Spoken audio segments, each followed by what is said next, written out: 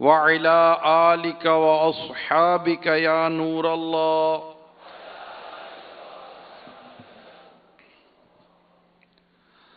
نویت سنت الاعتکاف.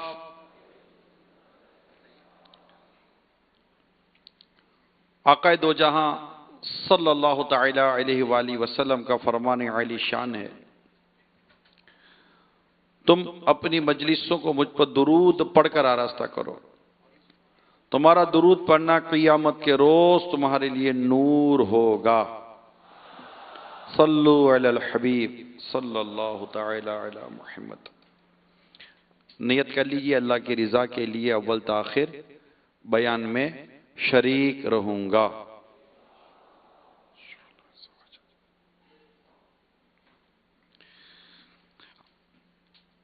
ایک بہت غریب آدمی کا واقعہ سنانے جا رہا ہوں،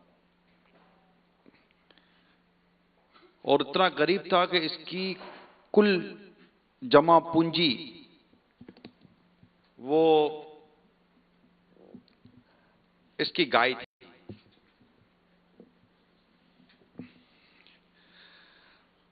اب اتنا مجبور ہو گیا اپنی غربت کی وجہ سے کہ اس کو اپنی گائے بیچنی پڑی.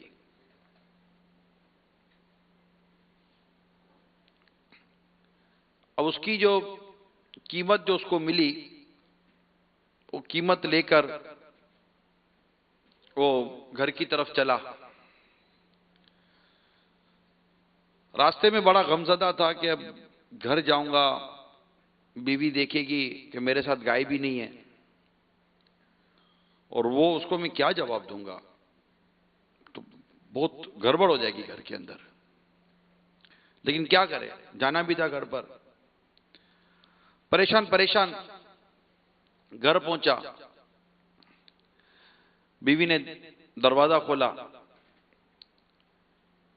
بیچارہ غمزدہ تھا، پریشان تھا، منہ لٹکا ہوا تھا. بیوی کو حیرت ہوئی، کہا خیریت ہے؟ بڑے پریشان ہو. گائے کہاں ہے؟ لگتا ہے بیچ دی. کہاں بیچ دی؟ کیا کروں، کہاں سے گزارا کروں؟ کوئی ادھر ادھر کی باتیں ہوئی، وہ بھی بیچاری ناراض ہوئی. دونوں گھر میں آ گئے اور باتوں میں لگ گئے. شوہر نے کہا کہ بس دعا کرو اللہ تعالیٰ کچھ بہتر کر دے، اب یہ رقم جو ہاتھ آئی ہے اس کا کچھ کریں گے.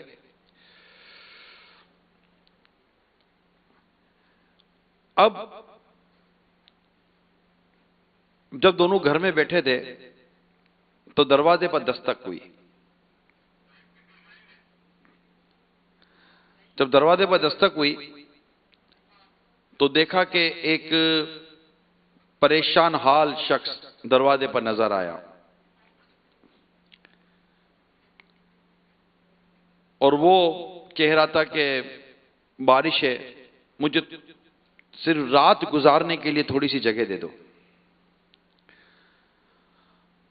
اس نے کہا کہ آپ میرے گھر کی کیفیت کو نہیں جانتے، ایک چھوٹا سا کمرہ ہے جس میں میری بیوی اور ایک چھوٹا سا بچہ ہے، ہم رہتے ہیں، اور کو ہمارے پاس جگہ نہیں ہے، ہم آپ کو رکھیں گے کہاں؟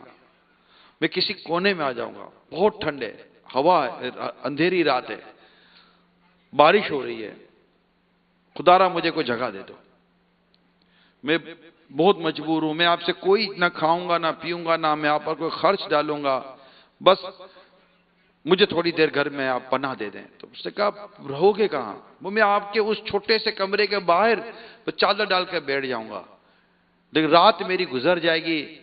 اور یوں اس نے واسطے، اور جو اس کو دینا تھا اس نے دیے. بیوی اندر بیٹھ کر سن رہی تھی کہ بہت مجبور آدمی اور ایک اجنبی آدمی دروازے پر کھڑا ہوا ہے، تو کیا کرنا چاہیے. تو اس کی بیوی نے کہا کہ بیچارہ بہت پریشان ہے، تھوڑی دیر کے لیے اس کو بٹھا لیتے ہیں، کوئی حرج نہیں ہے. ویسے ہم لوگ پریشان ہیں، ہم بھی غمزدہ ہیں، کیا پتہ کہ اس کی کوئی مدد کرے اور ہماری کو مدد ہو جائے، ہماری پریشانی اللہ دور فرما دے. خیر اب اس کو گھر میں لے آئے اجنبی مہمان کو، اور جو تھوڑا بہت بچھونا تھا اس کو دیا. بولا ٹھیک ہے اب یہ ہے، یہ اوڑھ لیں اور یہ سو جائیں. تو چھوٹا سا کمرہ تھا، مہمان کو اس نے کمرے کے ایک کونے پر سلا دیا، بیچ میں اس نے پارٹیشن کر دیا، چادر وغیرہ ڈال دی، دوسرے کونے پر اس کا چھوٹا بچہ اور میاں بیوی دونوں لیٹ گئے، وہ جو تھوڑی بہت باتیں کرنی تھی کرتے رہے، اتنے میں دونوں کو میاں بیوی کو نیند آ گئی اور بالکل سو گئے۔ جیسے وہ سوئے تو مہمان نے حرکت کی اور وہ اٹھا اور اٹھ کر اس نے ان کا جو چھوٹا بچہ تھا اس چھوٹے بچے کو اٹھا کر باہر کھلی ہوا میں بارش میں ڈال دیا مہمان نے۔ اب جیسے ہی وہ بارش میں بچہ لیٹا تو اس نے رونا شروع کر دیا، اس نے رونا چیخنا شروع کیا، مہمان آ کر اپنے بستر پہ لیٹ گیا۔ ماں بچے کی چیخو پکار سن کر اٹھ گئی کہ میرا لگتے جگر کہاں چلا گیا، دیکھا تو وہاں نظر نہیں آ رہا تھا، باہر سے آواز آئی، کمرے کا دروازہ کھلا تو بچہ باہر بارش میں، کمرہ کھلا ہوا تھا، بچہ باہر بارش میں۔ تو اس کو یہ کہ یہ بچہ باہر بارش پہ کیسے آ گیا، کیا لڑکتا ہوا آ گیا، کیا ہو گیا، کچھ کہانی سمجھ میں نہیں آ رہی تھی۔ اس نے شوہر کو آواز دی، ذرا یہاں آؤ، بچہ باہر ہے، پتہ نہیں کیا ہو گیا۔ شوہر بھی باہر نکلا بچے کو اٹھانے کے لیے، میاں بیوی نے ابھی بچے کو اٹھایا ہی تھا کمرے کے باہر کہ دھڑام کر کر کمرے کی چھت گری اور وہ جو مہمان تھا وہ چھت کے نیچے کچل گیا۔ چیخو پکار مچ گئی، آواز بھی ہوئی، ان کی بھی چیخ نکل گئی، یہ کیا ہو گیا۔ آس پاس گھر سے پڑوسی بھی آ گئے کہ کیا ہوا معلوم تو کریں۔ جب ملبہ ہٹایا نیچے سے مہمان کی لاش نکلی، اور مہمان کی لاش نکلی تو اس کے ہاتھ میں اس رقم کی تھیلی تھی جو اس نے گائے بیچ کر جو رقم حاصل کی تھی، اس کی تھیلی مہمان کے ہاتھ میں تھی۔ واقعہ کچھ یوں تھا کہ اس مہمان نے، یہ تھا چور، یہ مہمان تھا چور، اس نے اس شخص کو گائے بیچتے ہوئے اور رقم لیتے ہوئے دیکھ لیا تھا اور اس کا ارادہ تھا اس کی رقم چرانے کا، لہذا وہ ایک اجنبی مرد بن کر، مجبور مرد بن کر اس کے گھر پر آیا، منت سماجت کر کے گھر میں داخل ہوا، منت سماجت کر کے اس کے کمرے میں داخل ہوا اور اس نے دیکھ لیا تھا کہ فلاں نے رقم کی تھیلی کس طرح اور کہاں چھپا کر رکھی ہے۔ اور وہ چاہتا یہ تھا کہ یہ گھر سے باہر نکلیں اور جیسے ہی گھر سے باہر نکلیں میں وہ تھیلی چھپا کر اپنے پاس رکھ لوں، جیسے ہی اجالا ہوگا میں گھر چھوڑ کر نکل جاؤں گا۔ اس شخص نے پورا اپنا ظالمانہ پلان بنایا، ظالمانہ منصوبہ بنایا، اس غریب آدمی کی رقم لوٹنے کا پورا ایک اس نے اسکرپٹ ڈیزائن کیا اور ٹوٹلی وہ اپنے اسکرپٹ پر ہی چلتا رہا، اپنے طے شدہ پلان پر ہی چلتا رہا، مگر یہ بیوقوف بھول گیا کہ اللہ تبارک و تعالی مظلوم کی مدد فرماتا ہے۔ اس نے جو ظالمانہ پلان بنایا تھا، اللہ جانتا ہے اس نے کیا پلان کیا تھا، اللہ جانتا ہے اس کا کیا منصوبہ تھا۔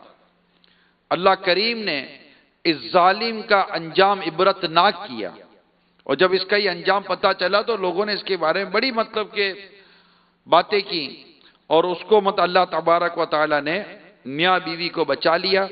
یہ اتفاق تھا کہ یہ دونوں باہر نکلے، اتفاق اس کے پلان تھا، لیکن چور یہ نہیں جانتا تھا کہ میں ایک ظالم معنی منصوبہ بنا رہا ہوں اور اللہ کریم یہ مظلوموں کے ساتھ ہے، وہ ظالموں کو ان کے انجام تک پہنچاتا ہے۔ میرے میٹھے میٹھے اور پیارے پیارے اسلامی بھائیوں اور مدنی چینل کے ناظرین، ظلم کا انجام بہت بھیانک ہے، بہت بھیانک ہے۔ اللہ تعالی ہم سب کو ظلم سے محفوظ فرمائے اور ظالموں کے انجام کو سمجھنے کی اللہ توفیق عطا فرمائے۔ اللہ کریم قرآن پاک میں ارشاد فرماتا ہے، وَكَذَلِكَ نُوَلِّي بَعْضَ الظَّالِمِينَ بَعْضًا بِمَا كَانُوا يَكْسِبُونَ، اور یوں ہی ہم ظالموں میں ایک کو دوسرے پر ان کے اعمال کے سبب مسلط کر دیتے ہیں۔ میرے میٹھے اور پیارے اسلامی بھائیوں، مدنی چینل کے ناظرین، یہ آیت کریمہ جو میں نے آپ کے سامنے بیان کی ہے نا، اس پر غور کرنے کی ضرورت ہے۔ بڑی توجہ کے ساتھ اب یہ بات سنیے گا کہ یہ ہے کیا کہ اللہ تعالیٰ ظالموں پر مسلط کر دیتا ہے، اور یوں ہی ہم ظالموں پر ایک کو دوسرے پر مسلط کرتے ہیں۔ یہ کیا ہے؟ یہ اللہ تعالیٰ کیا فرما رہا ہے؟ یعنی جس طرح ہم نے جنوں اور انسانوں کو رسوا کیا یہاں تک کہ انہوں نے دوسرے سے فائدہ اٹھایا، اسی طرح ہم ظالموں میں سے ایک کو دوسرے پر ان کے اعمال کی وجہ سے مسلط کر دیتے ہیں۔ اور ظالم کے ذریعے پکڑ فرماتے ہیں۔ بات سمجھے آپ؟ ظالم کے ذریعے پکڑ فرماتے ہیں۔ اس آیت مبارکہ میں ظلم کرنے والوں کے لیے بڑی نصیحت ہے۔ چنانچہ حضرت ابو عبداللہ محمد بن احمد قرطبی رحمت اللہ تعالی علیہ فرماتے ہیں، اس آیت میں ظلم کرنے والوں کو تنبیہ کی جا رہی ہے کہ اگر وہ اپنے ظلم سے باز نہ آئے تو اللہ تعالیٰ ان پر دوسرا ظالم مسلط کر دے گا، اور جو انہیں ذلیل اور رسوا اور تباہ و برباد کر دے گا۔ اگر یہ ظلم سے باز نہ آئے، کیا فرماتے؟ اگر وہ اپنے ظلم سے باز نہ آئے تو اللہ تعالیٰ ان پر دوسرا ظالم مسلط کر دے گا جو انہیں ذلیل و خوار اور تباہ و برباد کر دے گا۔ اس آیت میں ہر قسم کے ظالم داخل ہیں، ہر قسم کے ظالم داخل ہیں۔ وہ شخص جو گناہ کر کے اپنی جان پر ظلم کرتا ہے، یہ بھی داخل ہے۔ جو حاکم، اقتدار والا حکمران طبقہ، یہ بھی توجہ کرے۔ جو حاکم یا افسر، یہ جو افسران بنے ہوتے ہیں نا، بڑی بڑی سیٹوں پر بیٹھ جاتے ہیں، یہ بھی غور کریں کہ جو حاکم یا افسر اپنی رعایا اور ماتحت لوگوں پر ظلم کرتا ہے، وہ بھی اس میں داخل ہے۔ جو تاجر، بزنس مین جعلی اشیاء اور ملاوٹ والی چیزیں فروخت کر کے خریداروں پر ظلم کرتا ہے، وہ بھی اس میں داخل ہے۔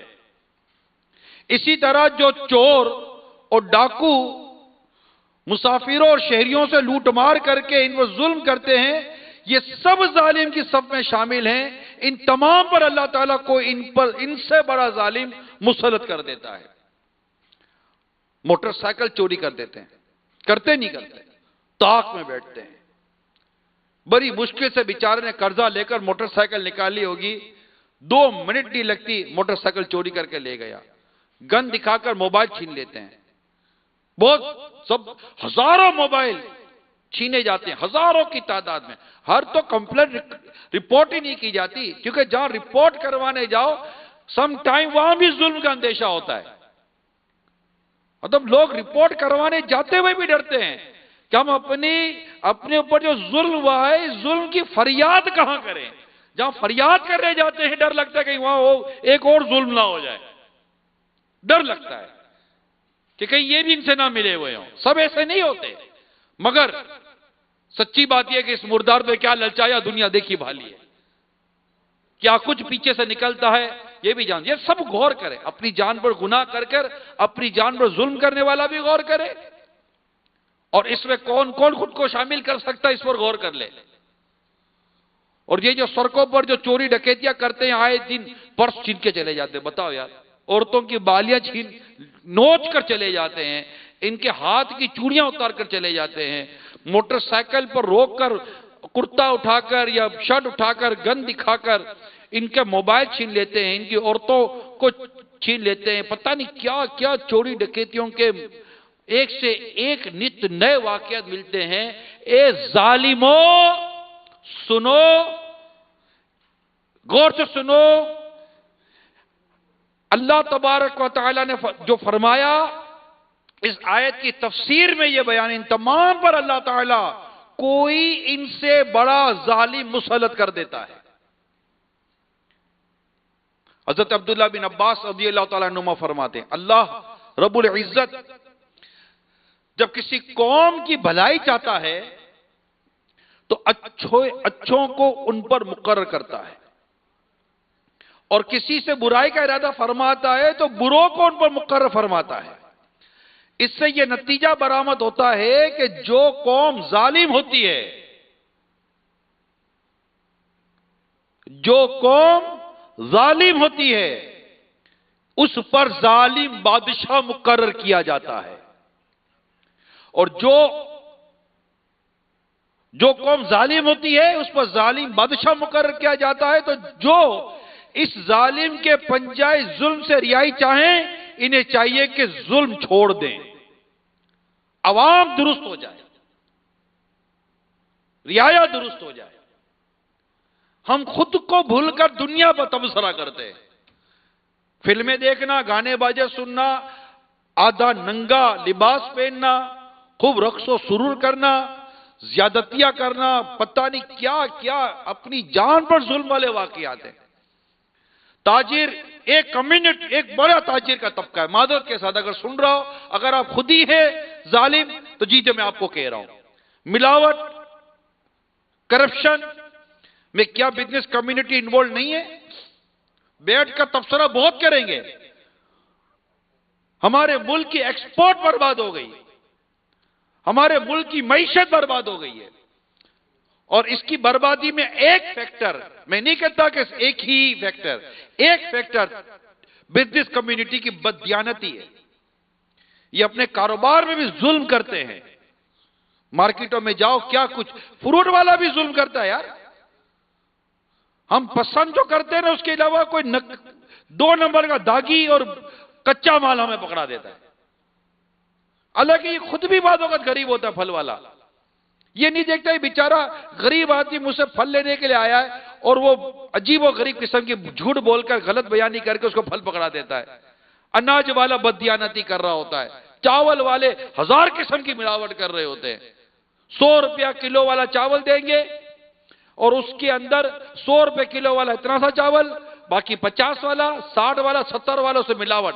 ارے اب آپ جیسا میرے جیسا آدمی چاول ہاتھ میں لے کر کیسے سمجھے گا کہ اس کے اندر 50 والا کتنا ہے، 60 والا کتنا ہے، 70 والا کتنا ہے، اور 100 والا کتنا ہے؟ مگر ایک طبقہ جس کو پتا ہے کہ ہم نے ملاوٹ کی ہے، گھی میں ملاوٹ کرتے ہیں، تیل میں ملاوٹ کرتے ہیں۔ ارے بچے گھی اور تیل استعمال کرتے ہیں، فالج ہو جائے، محتاج ہو جائے، مفلوج ہو جائے، تمہیں کوئی خدا کا خوف نہیں آتا؟ دودھ میں ملاوٹ کرتے ہیں، خدا کا خوف نہیں آتا، دودھ میں ملاوٹ ہے۔ بتاؤ، بچے دودھ پیتے ہیں، بچے دودھ پیتے ہیں، انہیں اتنا ڈر نہیں لگتا کہ ہماری اس ملاوٹ والے دودھ سے کوئی بچہ مر گیا، خدا نہ خواستہ کسی کو کینسر ہو گیا، کسی کو کیا ہو گیا۔ مرچ مسالوں میں ملاوٹ کرتے ہیں، نقصان دہ رنگ ملا دیتے ہیں۔ ان کو اس بات کا ذرا خوف نہیں ہے کہ ہم لوگوں کی جانوں سے، ان کی نسلوں سے کھیل کر ہم اپنے گھر میں آمدنی لا رہے ہیں۔ تم ان آمدنی سے کیا کما لو گے؟ لوگوں پر ظلم کر کے تم کیا فائدہ اٹھا لو گے؟ کسی کے گھر کو آگ لگا کر تم روشنی کرنا چاہتے ہو، کسی کے گھر کا چراغ بجھا کر اپنا چولہا جلانا چاہتے ہو۔ اسی طرح سارے غور کریں، حکمران غور کرے، صاحب اقتدار غور کرے، افسران غور کرے، ارباب اقتدار غور کرے، اہل منصب غور کرے، میں بھی غور کروں، آپ بھی غور کریں، کہیں ہم ظالموں میں نہ ہو جائیں۔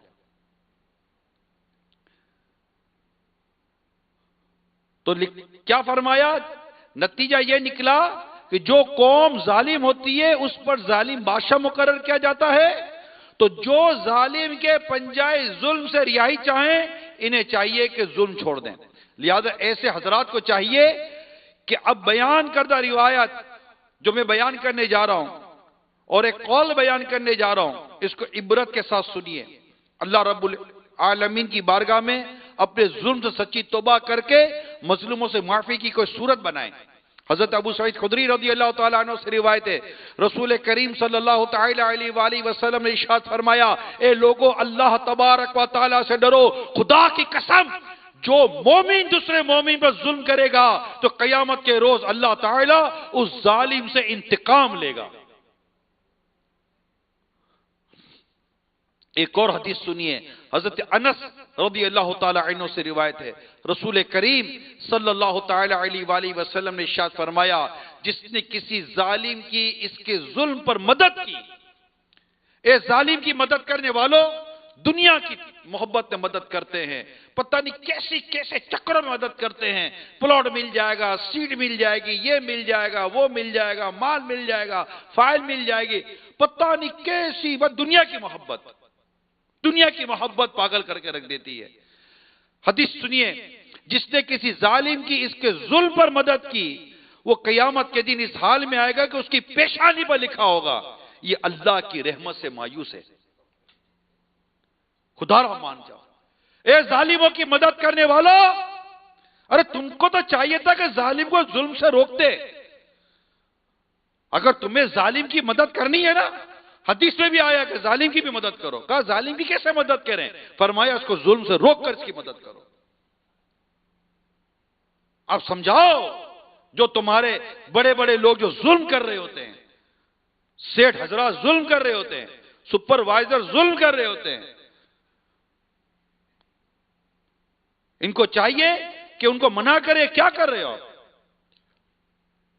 ایک اور حدیث سنیے, حضرت مولا علی کرم اللہ تعالی وجہ الکریم سے روایت ہے, نبی پاک صلی اللہ تعالی علیہ وسلم نے ارشاد فرمایا, مظلوم کی بد دعا سے بچو, کیونکہ وہ اللہ تعالی سے اپنا حق مانگتا ہے, اور اللہ کریم کسی حقدار کو اس کے حق سے منع نہیں کرتا. مظلوم اللہ سے اس کا حق, اللہ تبارک و تعالی اپنا حق مانگتا ہے. حضرت عبداللہ بن مسعود رضی اللہ تعالی عنہ سے روایت ہے, رسول پاک صلی اللہ تعالی علیہ وسلم نے ارشاد فرمایا, جو ظالم کی مدد کرے گا اللہ تعالیٰ اسی ظالم کو اس پر مسلط کر دے گا. حضرت فضیل بن عیاض رحمت اللہ تعالی علیہ فرماتے ہیں, جب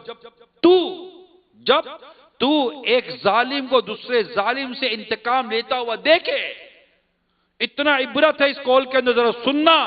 مدنی چینل کے ناظرین, سوشل میڈیا والوں اور فیضان مدینہ کے معتکفین, دیگر عاشقان رسول, حضرت فضیل بن عیاض رحمت اللہ تعالی علیہ فرماتے ہیں, جب تم ایک ظالم کو دوسرے ظالم سے انتقام لیتا ہوا دیکھے تو پھر ٹھہر جا اور تعجب سے یہ تماشا دیکھ. ظالم پر ظالم مسلط کر دیا جاتا ہے. دنیا بھر کا حال اگر دیکھا جائے نا, تو ایک ایک لفظ میں آپ کو صداقت اور حقانیت نظر آئے گی. نتیجہ اگر نکالیں مختصر بیان کا, وہ ہے کہ اگر ہم ظالم سے بچنا چاہتے ہیں, ہم چاہتے ہیں کہ ہم پر کوئی ظالم نہ آئے, ہمیں ظلم سے بچنا ہے. اپنے آپ کو دیکھیں کہ میں کیا کر رہا ہوں, میں کیا کر رہا ہوں. ایک قوم نے اپنے حکمران سے کہا کہ تم ہمارے ساتھ وہ سلوک کیوں نہیں کرتے جو سلوک صدیق اکبر اور فاروق اعظم رضی اللہ تعالی عنہما اپنی رعایا کے ساتھ کرتے تھے, ایسا کریمانہ سلوک. تو اس نے جواب دیا کہ تم اس وقت کی رعایا جیسے عمل کیوں نہیں کرتے. تم اس رعایا جیسے عمل کرو, اللہ تعالی ہمارے دلوں کو تمہاری طرف پھیر دے گا. پتہ نہیں میری یہ بات کسی کو کس پیرائے میں لیتا ہو, آئی ڈونٹ نو. میں نے آپ کے سامنے قرآن کریم کی آیت بیان کی ہے, میں نے آپ کے سامنے حدیثیں بیان کی ہیں, بزرگ کا قول بیان کیا ہے, قرآن کریم کی تفسیر بیان کی ہے, اور اس ظلم کے تحت کون کون سے لوگ آتے ہیں میں نے وہ بھی بیان کیا ہے. اور اب دیکھیے کہ معاشرے کے کون کون سے افراد اس ظلم کی کیٹیگری میں آ رہے ہیں, اور پھر دیکھیے کہ ظالم پر اللہ ظالم مسلط فرماتا ہے. الٹیمیٹلی جو نتیجہ نکلے گا وہ یہ نکلے گا کہ میں نے اپنے آپ کی اصلاح کرنی ہے, میں نے خود کو سدھارنا ہے، میں صحیح ہو جاؤں، میں بدل جاؤں. لاکھوں کروڑوں عاشقان رسول سے میں عرض کر رہا ہوں، خدا را نمازیں پڑھو، خدا را گناہ چھوڑ دو، اللہ کی فرما برداری کی طرف آ جاؤ. جب تم اپنے رب کی فرما برداری کرو گے، تم اپنے رب کی اطاعت کرو گے اور پیارے مصطفیٰ صلی اللہ تعالی علیہ وسلم کی سنتوں پر عمل کرو گے، اللہ کریم تم پر اپنی رحمتوں کا می برسائے گا. استغفار کرو گے، اپنے گناہوں تو سچی توبہ کرو گے، اللہ کریم تم پر اپنی رحمتوں کا می برسائے گا. آج بارشیں رک جاتی ہیں، آج عجیب و غریب قسم کے حالات پیدا ہو جاتے ہیں. ایک بزرگ رحمت اللہ تعالیٰ علیہ اپنے گھر میں بیٹھے اللہ کی عبادت کر رہے تھے. کچھ لوگ گئے دعا کرانے کے لیے، حضرت دعا کرے بارش نہیں ہو رہی ہے، جانور مر رہے ہیں، قحط ہو گیا، خشکا پڑ گیا. حضرت فرماتے ہیں تم مجھ سے بارش کی دعا کروانے آئے ہو، میں یہاں بیٹھ کر اللہ کا شکر ادا کر رہا ہوں کہ ہمارے اعمال کی وجہ سے آسمانوں سے آگ نہیں برس رہی. دین دہاڑے روزے چھوڑ رہے ہیں بلا اجازت شرعی، کھا رہے ہیں، پی رہے ہیں، شرابیں بیچ رہے ہیں، شرابیں پی رہے ہیں، منشیات کے اڈے چلائے جا رہے ہیں، لڑکیاں اغوا کی جا رہی ہیں، بدکاریاں کی جا رہی ہیں، کواڑی لڑکیاں مائیں بن رہی ہیں، کوڑے کے ڈھیر پر نو مولود بچوں کی لاشیں مل رہی ہیں، بچوں کی لاشوں پر کیڑے چل رہے ہیں، کتے بلیاں لاشیں نوچ نوچ کر کھا رہے ہیں، کوئی ماتھے پر شکن تک نہیں آتی، بچیاں آدھے لباس پہن کر گھوم رہی ہیں، ماں باپ کو شرم و حیا نہیں آتی. یہ حال ہے آج ہمارا، آج حال ہمارا یہ ہے. ٹی وی کی اسکرین کے ذریعے گناہ کروائے جا رہے ہیں، بازاروں میں گناہوں کا بازار گرم کیا جا رہا ہے. دعوت اسلامی کے مبلغوں اور تمام عاشقان رسول مہربانی کریں، خدا را میرے آج کے اس بیان کو سمجھنے کی کوشش کریں، اپنے کردار کو درست کریں، خود کو بدلیں، اللہ کے حضور سچی توبہ کریں، سجدہ ریز ہو جائیں، اپنے سارے گناہوں کی معافی مانگیں. نہ دروازوں کے ذریعے کھڑکیوں کے ذریعے گناہ گھر میں آئے، نہ میرے وجود کے ذریعے گناہ گھر میں آئے، نہ میرے ٹی وی اسکرین کے ذریعے گناہ گھر میں آئے، نہ انٹرنیٹ کے ذریعے میں گناہ میں پڑوں. اپنی اصلاح تو کریں، خود کو بدلیں. یاد رکھیے گا جو قوم خود کو نہیں بدلتی، اللہ تبارک و تعالیٰ بھی اس قوم کو بدلتا نہیں ہے.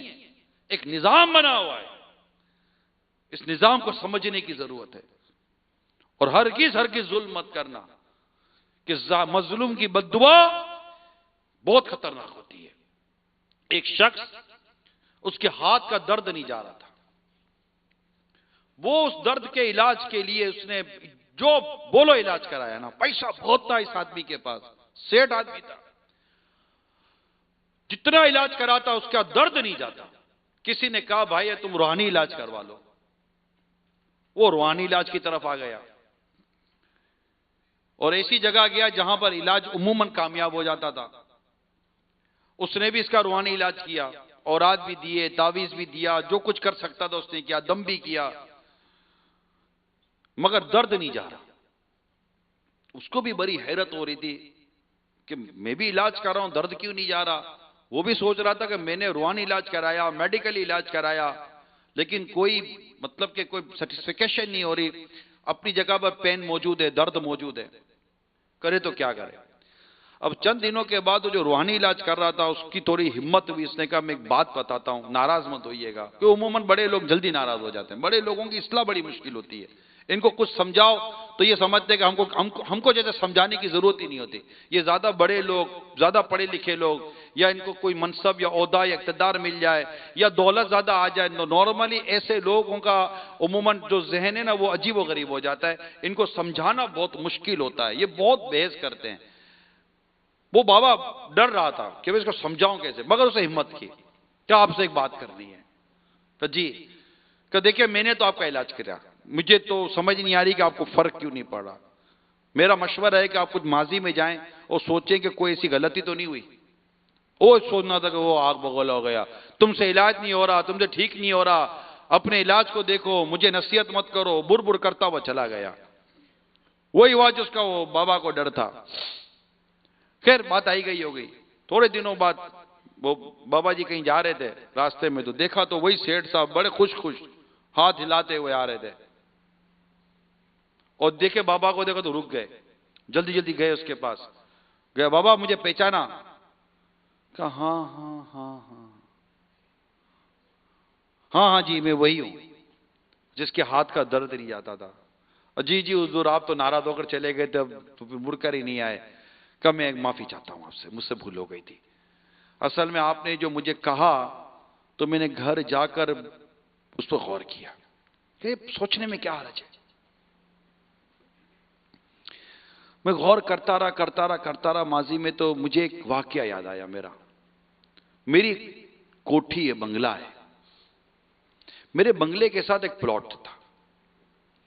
میں چاہتا تھا یہ پلاٹ میرے بنگلے کے ساتھ مل جائے تو میں اپنے بنگلے کو ایکسٹینڈ کر لوں، بڑا کر لوں، تو بہت کشادہ اور بڑا خوبصورت میرا بنگلہ ہو جائے گا، بہت اچھا ویلا بن جائے گا۔ اچھا اب وہ پلاٹ تھا کسی بیوہ کا، میں نے آفر دی، اس سے کہا نہیں میں نے پلاٹ بیچنا نہیں ہے، ابھی بچے چھوٹے ہیں، یتیم ہیں، بڑے ہو جائیں گے تو ان کو یہ کام آئے گا۔ وہ کسی صورت نہ مانے۔ اب میرے کو دماغ میں ٹھس گئی کہ پلاٹ چاہیے، پیسہ بھی تھا میرے پاس، تعلقات بھی تھے، سورسیں بھی تھی، ادھر ادھر پیسے ویسے دے کر سورس لگا کر تعلقات جمع کر میں نے تو کسی صورت اس کی دوسری فائل بنا لی، پلاٹ میں نے اپنے نام پر کروا لیا اور مزدور لگا کر میں نے پلاٹ پر اپنا کام شروع کروا دیا۔ جب میرے مزدور پلاٹ پر کام کر رہے تھے تو یہ بیوہ عورت آتی اور آ کر ہاتھ اٹھا کر کچھ مزدوروں کو بولتی اور چلی جاتی۔ میں کونے میں بیٹھ کر دیکھتا، میں جاتا نہیں، میں کہ میری ہمت ہی نہیں تھی اس عورت کے سامنے جانے کی۔ میری کوٹھی تیار ہو گئی، بنگلہ تیار ہو گیا، لیکن آج مجھے یاد آیا آپ کے کہنے کے بعد کہ کہیں ایسا نہ ہو کہ اس عورت کا حق میں نے جو کھایا ہے، اس پر جو ظلم کیا ہے تو اس کی وجہ سے میرا کچھ مسئلہ نہ ہو رہا ہو۔ اب میں نے اس بیوہ کو تلاشا، بیوہ شہر چھوڑ کر چلی گئی تھی، اتا پتہ معلوم کیا تو پتہ چلا کسی اور شہر میں نے اسے رابطہ کیا، رابطہ بھی ہو گیا۔ جب رابطہ ہوا تو میں نے اس عورت سے کہا کہ بی بی مجھے پہچانو، میں وہی شخص ہوں جس نے آپ کے پلاٹ پر قبضہ کیا تھا۔ بی بی یہ بتاؤ تم جو ہاتھ اٹھا کر جو کہتی تھی کیا کہتی تھی؟ تو اس نے کہا کہ میں اللہ سے دعا کرتی تھی، یا اللہ جس ہاتھ سے میرے بچوں کا مال کھایا تو اس کے ہاتھ کو کبھی چین سے نہیں رہنے دینا۔ تو اس نے کہا کہ بی بی میں بہت آزمائش میں ہوں، تمہاری اس بد دعا کی وجہ سے میرا ہاتھ درست نہیں ہو رہا، خدا را مجھے معاف کر دو۔ اسے رقم دی، پلاٹ کی جو بھی تھا اس نے کیا، بولا بس مجھے میرے لیے دعا کر دو کہ میرا ہاتھ صحیح ہو جائے، جس ہاتھ سے تو نے بد دعا دی تھی اٹھا کر وہی ہاتھ اٹھا کے میرے لیے دعا کر دو۔ اس کو اس کا حق مل گیا، بی بی اس کو بھی رحم آ گیا، اس نے ہاتھ اٹھا کر اپنے رب سے دعا کی، یا اللہ اسے معاف کر دے۔ وہ شخص کہتا ہے کہ ابھی اس بی بی کے ہاتھ نیچے بھی نہ آئے تھے کہ میرے ہاتھ کا درد چلا گیا۔ یہ ہے ظلم کا انجام، مظلوم کی دعا۔ مظلوم بد دعا کرتا ہے، دیکھو اس کا حال کیا ہوا۔ ہاتھ نہ جانے کون بیواؤں کا مال کھا جاتا ہے، یتیموں کا مال کھا جاتا ہے۔ لینڈ مافیا پورا پر ایک نام ہے، لینڈ مافیا نام ہے، دنیا میں یہ نام چلتا ہے، لینڈ مافیا۔ زمینوں پر قبضے کر لیتے ہیں، کڈنیپنگ گینگ، بچے اور عورتیں اور بچیاں اٹھا کر لے جاتے ہیں اور پیسے بٹورتے ہیں۔ گینگ بنے ہوئے پورے، ظلم، کرپشن، کرپٹڈ گینگ بنے ہوئے ہیں۔ یہ ڈرتے نہیں اللہ سے کہ کل بروز قیامت اپنے رب کے حضور کیا جواب دیں گے؟ اور پھر جو ان کا ساتھ دیتے ہیں کہ ظالم کا ساتھ دینے والا جب قیامت کے روز آئے گا اس کی پیشانی پہ لکھا ہوگا کہ یہ اللہ کی رحمت سے مایوس ہے۔ تو اللہ کریم ہم سب کو گناہوں سے بچائے، ظلم سے بچائے، زیادتی سے بچائے، اور ہم سب کو نیکی اور پرہیزگاری اختیار کرنے کی توفیق عطا فرمائے۔ تو آج جو یہ بیان تھا، یہ بس اپنے آپ کو ظلم سے بچائیے، لوگوں کی حق تلفی سے بچائیں، کسی کا حق نہ کھائیں، حتیٰ کہ آپ بلا اجازت شرعی دل آزاری بھی نہ کریں۔ یقین مانے بعض اوقات لوگ دل آزاریاں کر دیتے ہیں، ہاتھ دیکھے میں نے ایسا ظالمانہ، ایسا عجیب ظالمانہ، پتہ نہیں یہاں ظلم بنتا ہے نہیں بنتا، میں کنفرم نہیں کر سکتا، لیکن بڑی بے دردی کے ساتھ میں نے دیکھا، ایسا دھکا ماریں گے، ہاتھ کھینچیں گے، اور بہت عجیب و غریب حرکتیں کرتے ہیں. اگلا دیکھتا رہ جاتا ہے کہ یار یہ کس کو کیا ہو گیا، یہ کیوں کر رہا ہے ایسا میرے ساتھ. دھکا مار کر بیٹھ جائیں گے، کسی کی جگہ پر بیٹھ جائیں گے، عجیب و غریب حرکتیں کرتے ہیں. ڈانٹیں گے، جھاڑ دیں گے، اتنا سا منہ ہو جاتا ہے سامنے والے کا. اب وہ تو دل توڑ کر بیٹھ گیا نا، مگر بلا اجازت شرعی کرنے والا تو گیا نا. گھروں میں بھی ہو رہا ہوتا ہے، کیونکہ مدنی چینل پر اسلامی بھائی اسلامی بہنیں سب دیکھ رہے ہوتے ہیں. سب کو اللہ سے ڈرنا چاہیے، اپنی زبان سے لوگوں کو تکلیف نہ پہنچانا. مومن وہ ہے جس کی زبان اور ہاتھ سے دوسرا مسلمان محفوظ ہو. آج زبان سے ہمارے کول محفوظ رہتا ہے. کھانے کے نام پر، پینے کے نام پر، کپڑوں کے نام پر، گھروں میں تو چھوٹی چھوٹی باتوں پہ لڑائیاں ہوتی ہیں. تو میں کبھی کبھی سوچتا ہوں کہ یار کپڑا، رومال، بنیان، موزہ، جوتا، نیل کٹر، کنگھی، برش، چارجر، چابی، موبائل، کیا یہ کھانا پینا، گرم ٹھنڈا، نمک کم نمک زیادہ، چینی کم چینی زیادہ، یہ وہ چیزیں جن پر گھر میں جھگڑے ہوتے ہیں اور اس پر آپ جو منہ میں آئے گا دل آزاریاں کرو گے اور جیسا تیسا سناؤ گے. بیماروں کو کتنا گھروں میں جھاڑا جاتا ہے.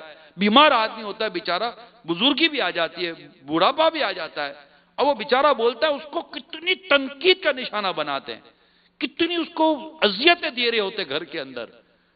خدمت بھی باز کر رہے ہوتے مگر اذیتوں پر اذیتیں بھی دیے چلے جا رہے ہیں. دل دکھانے سے بچے میرے میٹھے میٹھے پیارے اسلام بھائیوں. مدنی چینل کے ناظرین یقین مانیں، زبان چلانے سے پہلے سوچئے کہ یہ میری زبان کسی کا دل تو نہیں توڑ رہی، کسی کا دل تو نہیں دکھا رہی. تنقید، تانے، یہ بہت عجیب و غریب قسم کی عادتیں ہیں جو ہمیں نہیں ہونی چاہیے.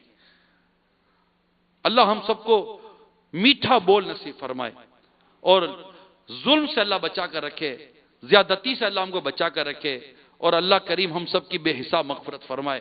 یہ ماہ رمضان پیارا پیارا مہینہ ہے، اپنی عادتوں کو بدلنے کا مہینہ آیا ہے. میرے میٹھے پیارے اسلام بھائیوں، میں بھی نیت کروں، آپ بھی نیت کرو کہ میں اپنی عادتیں بدل دوں گا. میں زیادتی، ظلم کی اگر میرے اندر عادت ہے، زبان کے ذریعے، ہاتھ کے ذریعے، اپنے کام کاج کے ذریعے، اپنے اختیارات کے ذریعے، اپنے اقتدار کے ذریعے، اپنے منصب کے ذریعے، اپنے کسی بھی مطلب کے اثر و رسوخ کے ذریعے اگر مجھ میں لوگوں پر ظلم کرنے کی عادت ہے، زیادتی کرنے کی عادت ہے، میں نہ یہ نہ چلے. عاجزی، اللہ ہم کو عاجزی عطا فرمائے، اللہ میں انکساری عطا فرمائے. ہمیں اللہ سے ڈرنا چاہیے. اللہ کریم ہم سب کا ایمان سلامت رکھے. آمین بجاہ نبی الامین صلی اللہ تعالی علیہ وسلم. بس یہ جس طرح آپ آئے نا دعوت اسلامی کے مدنی ماحول میں، آتے رہیں، مدنی چینل دیکھتے رہیں، صرف مدنی چینل دیکھتے رہیں. اور یہ مدنی پھول مدنی مذاکروں کے ذریعے مل رہے ہوتے ہیں، آپ کو دیگر مدنی حلقوں میں مل رہے ہوتے ہیں. یہ مدنی پھول لیں، اللہ کریم ایسا کرم کرے یہ ہمارے دل کے مدنی گلدستے میں سجتے چلے جائیں. انشاءاللہ دنیا میں بھی اس کی بھلائیاں نصیب ہوں گی، اللہ نے چاہا تو آخرت میں بھی اس سے بھلائیاں نصیب ہوں گی. دعوت اسلامی کا مدنی ماحول اب آپ نے نہیں چھوڑنا، نہیں چھوڑیں گے نا انشاءاللہ. یہ مدنی ماحول انشاءاللہ ایسی محبتیں پھیلائے گا اور ایسی ہمارے اندر محبتیں پیار آ جائے گا. اللہ نے چاہا تو نیکی کی دعوت عام ہوتی رہے گی، یہ ظلم مٹتا رہے گا. آپ بس یہ ذہن بنا لو، مجھے اپنی اور ساری دنیا کے لوگوں کی اصلاح کی کوشش کرنی ہے انشاءاللہ عز و جل. صلو علی الحبیب.